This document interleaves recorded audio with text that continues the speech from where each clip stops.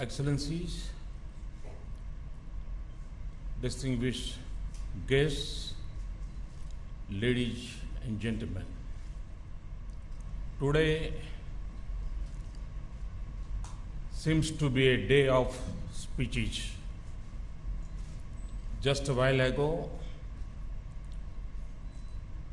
we watched President Xi and Prime Minister May speak. And there I am with my words. Perhaps an overdose for the intellectuals present here and a problem of plenty for the 24/7 media.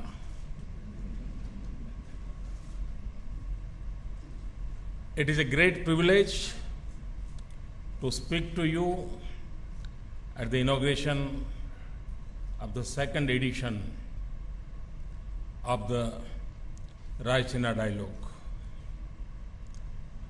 Excellency Karzai, Prime Minister Harper,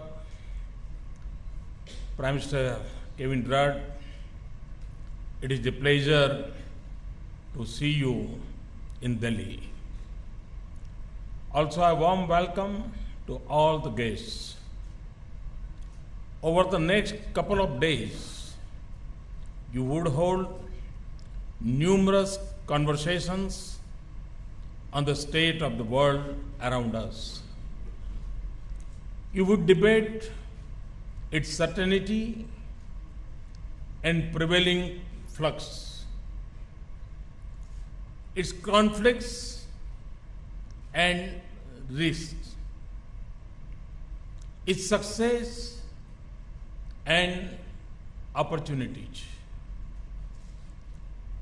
its past behaviors and likely prognosis, and its potential black swans and the new normals.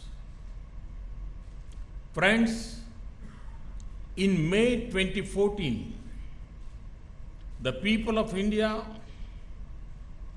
also ushered in a new normal. My fellow Indians spoke in one voice to entrust my government with a mandate for change. Change not just of attitudes, but of mindset.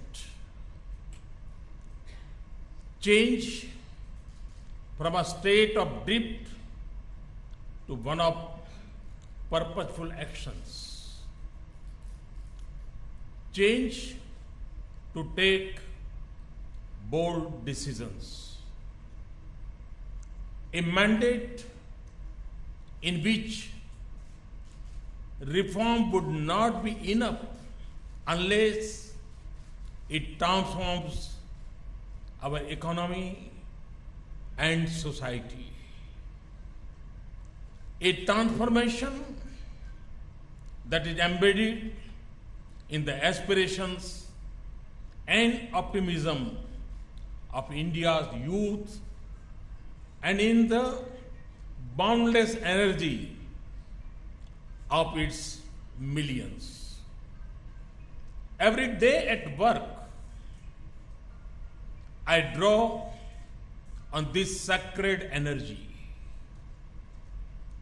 Every day at work, my to-do list is guided by the constant drive to reform and transform India for prosperity and security of all Indians.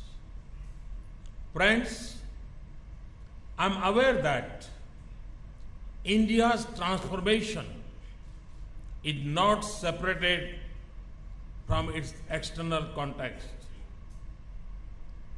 Our economic growth, the welfare of our farmers, the employment opportunities for our youth, our access to capital, technology, markets and resources, and security of our nation. All of them are deeply impacted by developments in the world. But the reverse is also true. The world needs India's sustained rise as much as India needs the world. Our desire to change our country has an indivisible link with the external world. It is therefore only natural that India's choices at home and our international priorities form part of a seamless continuum. Firmly anchored in India's transformational goals, friends, India is pursuing its transformation in unsettled times, which is equally the result of human progress and violent turmoil. For multiple reasons and at multiple levels, the world is going through profound changes. Globally connected societies, digital opportunities, technology shifts, knowledge boom, and innovation are leading the march of humanity. But sluggish growth and economic volatility are also a sobering fact. Physical borders may be less relevant in this age of bits and bytes, but wars within nations, a sentiment against trade and migration, and rising parochial and protectionist attitude across the globe are also in stark evidence. The result, globalization gains are at risk and economic gains are no longer easy to come by. Instability, violence, extremism, exclusion, and transnational threats continue to proliferate in dangerous directions.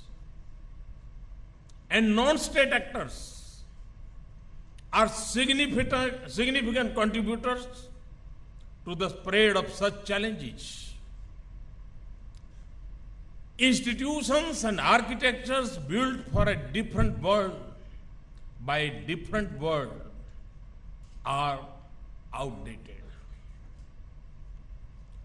posing a barrier to effective multilateralism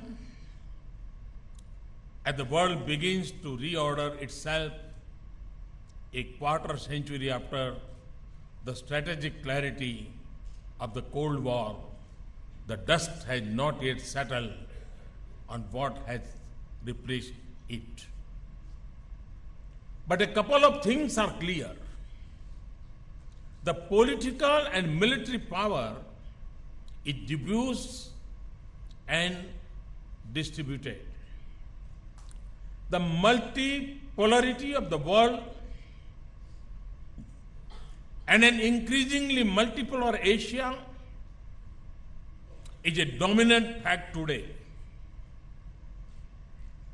And we welcome it because it captures the reality of the rise of many nations. It accepts that voices of many, not views of a few, should shape the global agenda. Therefore, we need to guard against any inclination that promotes exclusion, especially in Asia. The focus of this conference on multilateralism with multipolarity is thus timely.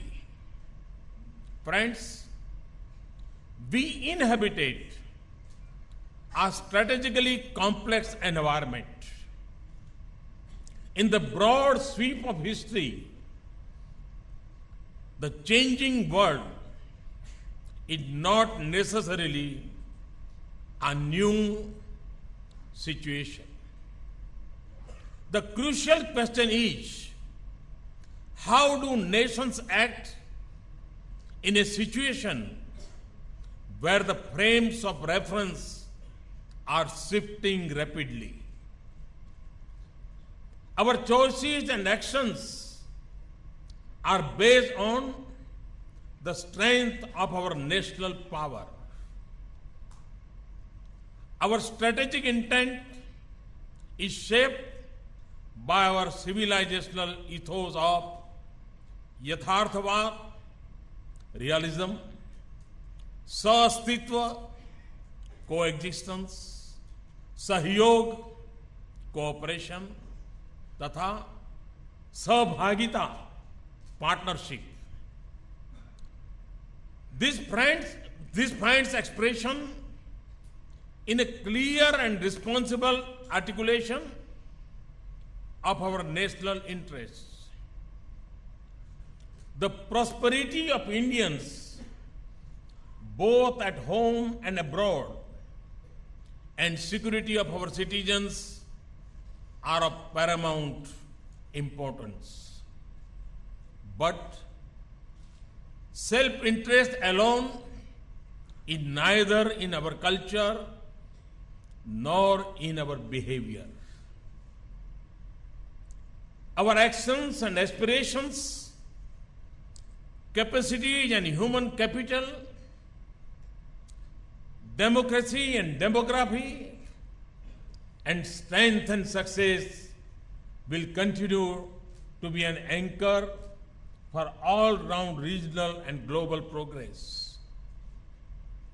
Our economic and political rise represents a regional and global opportunity of great significance.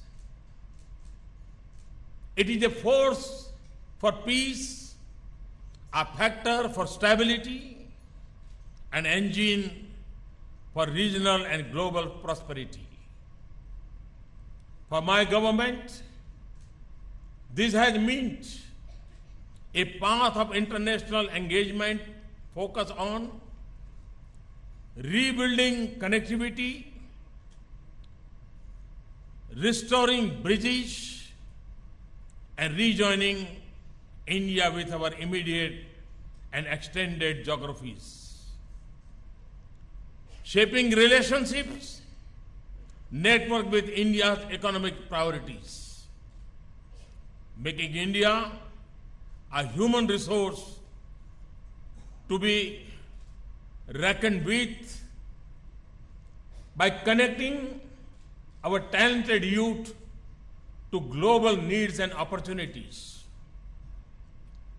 Building development partnerships that extend from the islands of the Indian Ocean and Pacific to the islands of the Caribbean and from the great continents of Africa to the Americas. Creating Indian narratives on global challenges, helping reconfigure, reinvigorate, and rebuild global institutions and organizations. Parading the benefits of India's civilizational legacies, including yoga and Ayurveda, as a global good.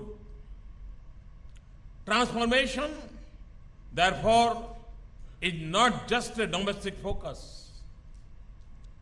It encompasses our global agenda. For me, Sabka Saath, Sabka Vikas is not just a vision for India. It is a belief for the whole world. And it manifests itself in several layers, multiple themes, and different geographies. Let me turn to those that are closest to us in terms of geography and shared interests. We have seen a major shift towards our neighbors captured in our determined neighborhood first approach. The people of South Asia are joined by blood, shared history, culture, and aspirations. The optimism of its youth seeks change, opportunities, progress, and prosperity. A thriving, well-connected, and integrated neighborhood is my dream. In the last 2.5 years, we have partnered with almost all our neighbors to bring the region together. Where necessary, we have shared the burdens of our past for the progressive future of our region. The result of our efforts is there to see. In Afghanistan, despite distance and difficulties in transit, our partnership assists in reconstruction by building institutions and capabilities. In the backdrop of shifting politics, our security engagement has deepened.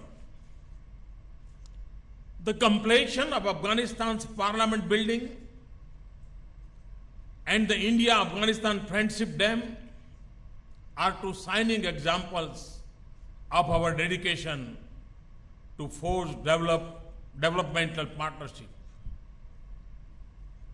With Bangladesh, we have achieved greater convergence and political understanding through connectivity and infrastructure projects, and significantly the settlement of the land and maritime boundaries. In Nepal, Sri Lanka, Bhutan, and Maldives, our overall engagement in infrastructure, connectivity, energy, and development projects is a source of progress and stability in the region. My vision for our neighborhood puts a premium on peaceful and harmonious ties with entire South Asia. That vision had led me to invite leaders of all SAARC nations, including Pakistan, for my swearing in. For this vision, I had also traveled to Lahore. But India alone cannot walk the path of peace. It also has to be Pakistan's journey to make. Pakistan must walk away from terror if it wants to work towards dialogue with India. Ladies and gentlemen, further west, we have redefined in a short span of time, and despite uncertainty and conflict, our partnership with Gulf and West Asia, including Saudi Arabia, UAE, Qatar, and Iran. Next week, I will have the pleasure to host His Highness the Crown Prince of Abu Dhabi as the chief guest at India's Republic Day. We have not just focus on changing the perception. We have also changed the reality of our ties. This has helped us protect and promote our security interests, nurture strong economic and energy ties, and advance the material and social welfare of around 8 million Indians. In Central Asia too, we have built our ties on the edifice of shared history and culture to unlock vistas of prosperous partnership. Our membership of the Shanghai Cooperation Organization provides a strong institutional link to our engagement with Central Asian nations. We have invested in all-round prosperity of our Central Asian brothers and sisters and have brought about a successful reset to long-standing relationship in that region. To our east, our engagement with Southeast Asia is at the center of our Act East policy.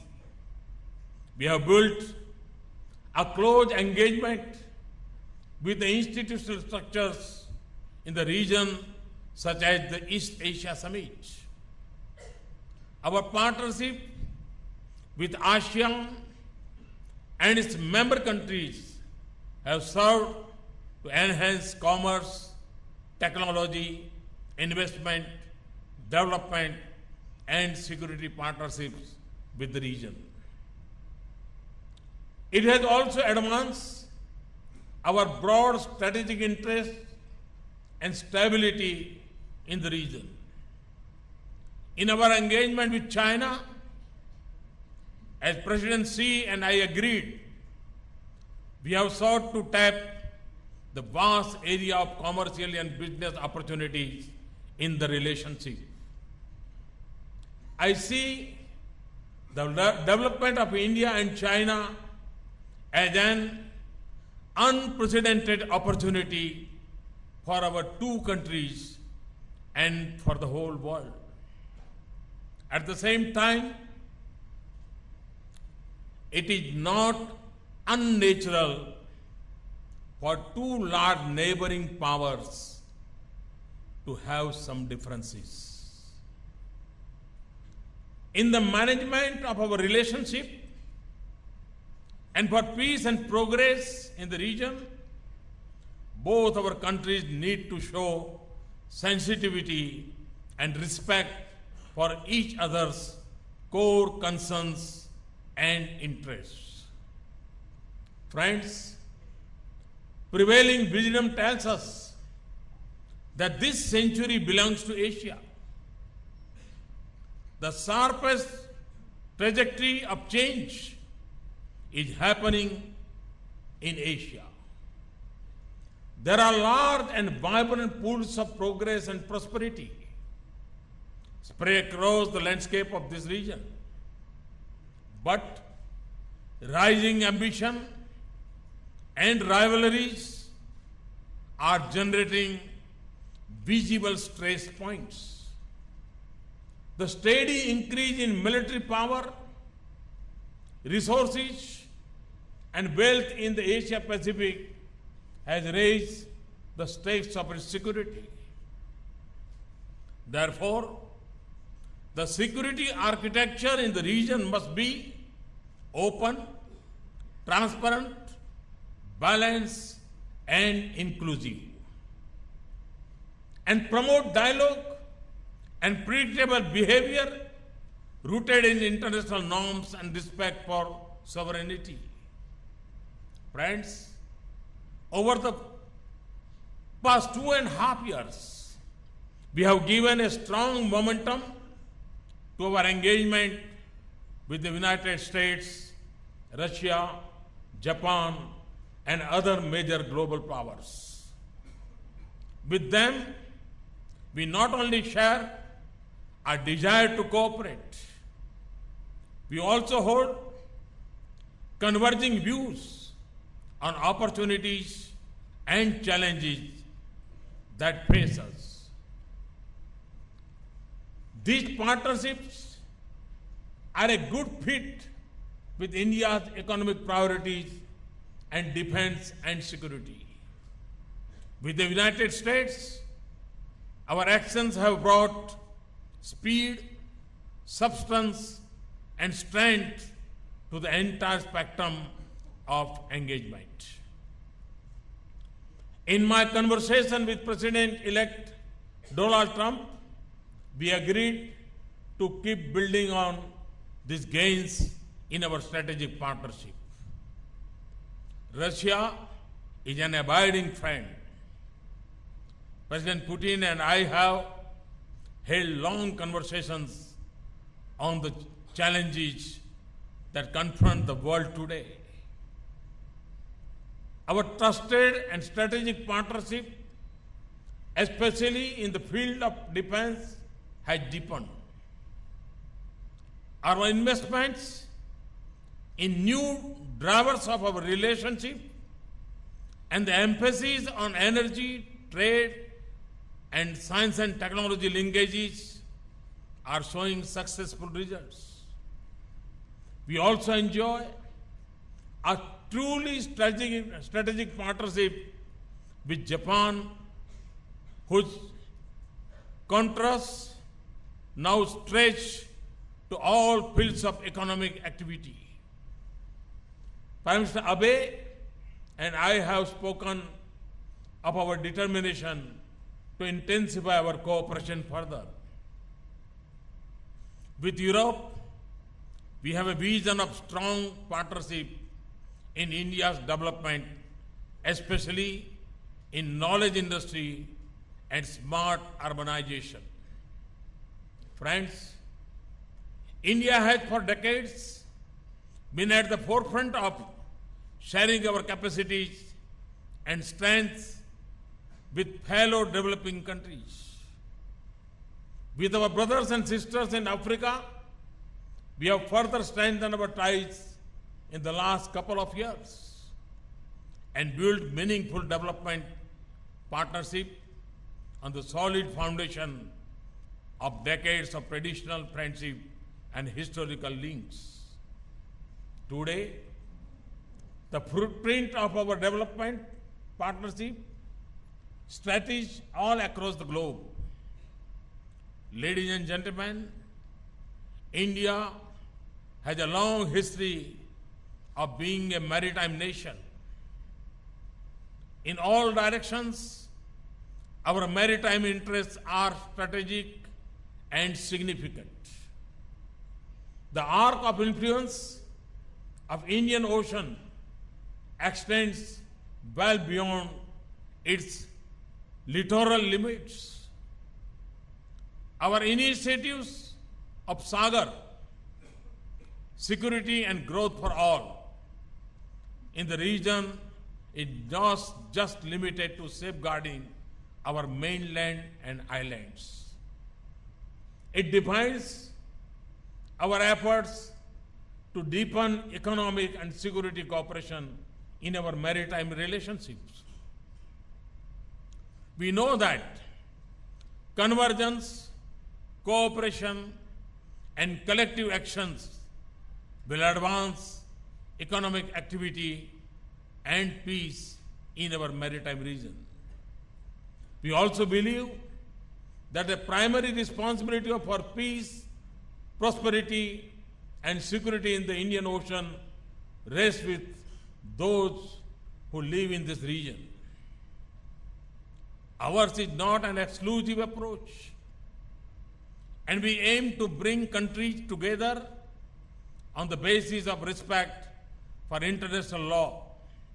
We believe that respecting freedom of navigation and adhering to international norms is essential for peace and economic growth in the larger and interlinked marine geography of the Indo-Pacific.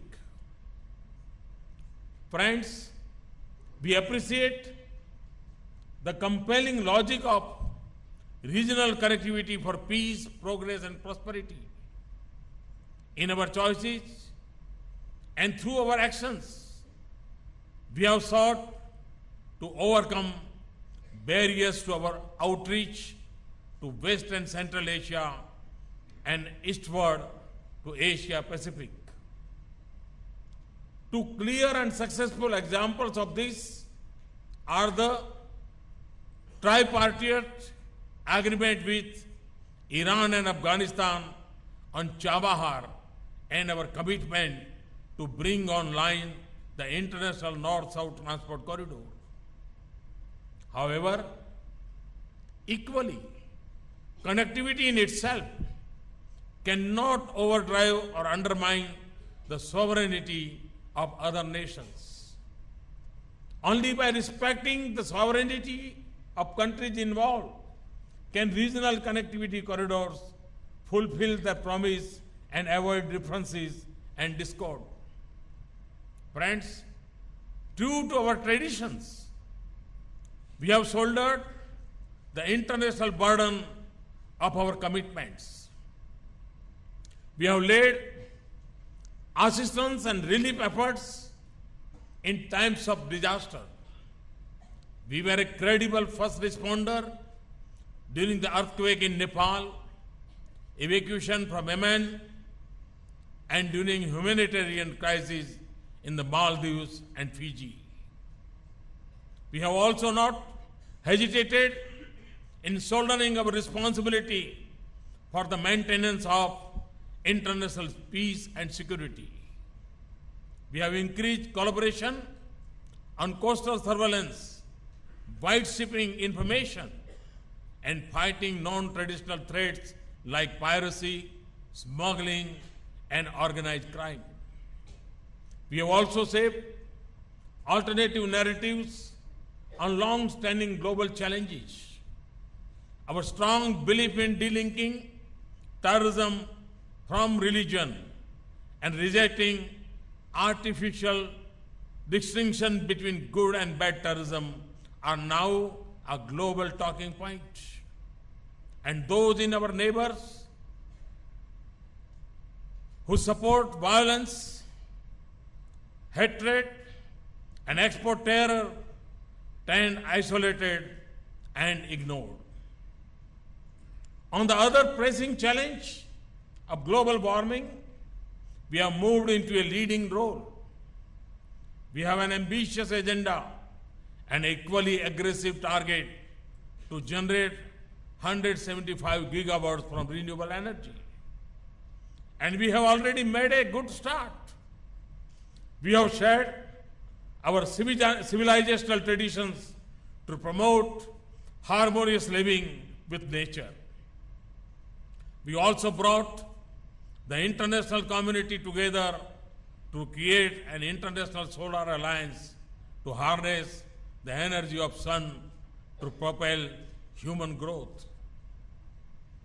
A high point of our efforts has been the revival of international interest in the cultural and spiritual richness of India's civilizational stream. Today, Buddhism, Yoga, and Ayurveda are recognized as invaluable heritage of humanity as a whole. India will celebrate this common heritage every step of the way as it builds bridges across countries and regions and promotes overall well-being. Ladies and gentlemen, let me say this in conclusion. In connecting with the world, our ancient scriptures have guided us. Rig Veda says, Ano bhadro kritvo yantu vishwataha. Let noble thoughts come to me from all directions. As a society, we have always favored needs of many over the want of one. and preferred partnerships over polarization. We hold the belief that success of one must propel the growth of many. Our task is cut out and our vision is clear. Our journey of transformation begins at home and is strongly supported through our constructive and collaborative partnerships that span the globe. With resolute steps at home and expanding network of reliable friendships abroad, we will grasp the promise of a future that belongs to over 1 billion Indians. And in this endeavor, you will find in India, my friends, a beacon of peace and progress, stability and success, and access and accommodation. Thank you. Thank you very much. Thanks a lot.